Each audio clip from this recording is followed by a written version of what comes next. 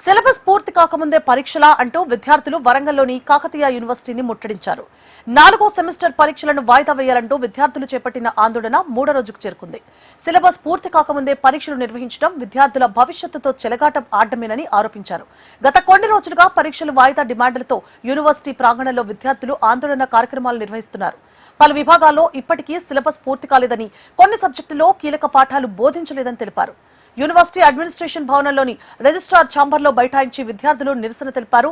పరీక్షలను వెంటనే వాయిదా వేసి మిగిలిన సిలబస్ పూర్తి చేసిన తర్వాతే కొత్త స్కెడ్యూల్ విడుదల చేయాలని డిమాండ్ చేశారు. తమ డిమాండ్లపై అధికారులు స్పందించే వరకు ఆందోళన కొనసాగిస్తామని హెచ్చరించారు.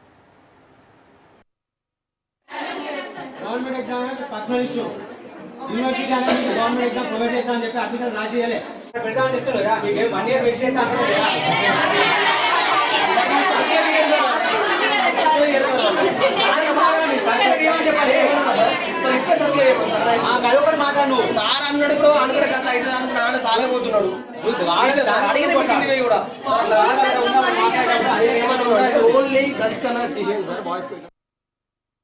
ఈరోజు కాకతీయ యూనివర్సిటీ పరిపాలనా భవనాన్ని ముట్టడించడం జరిగింది. వందల సంఖ్యలో విద్యార్థులందరం కలిసి కాకతీయ యూనివర్సిటీ రిజిస్టర్ ఆఫీస్లో బైఠాయించడం జరిగింది.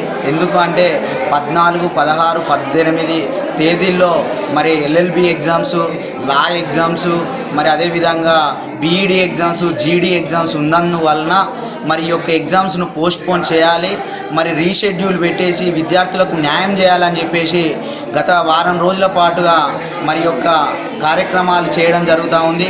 కానీ వీసీ రిజిస్టర్ గారు పట్టించుకోకుండా యథావిధిగా ఎగ్జామ్స్ కొనసాగిస్తామని చెప్పేసి మరి హాల్ టికెట్లు ఇష్యూ చేయడం జరిగింది. అదేవిధంగా షెడ్యూల్ కూడా తయారు చేసి మరి సర్క్యులర్ జారీ చేయడం జరిగింది.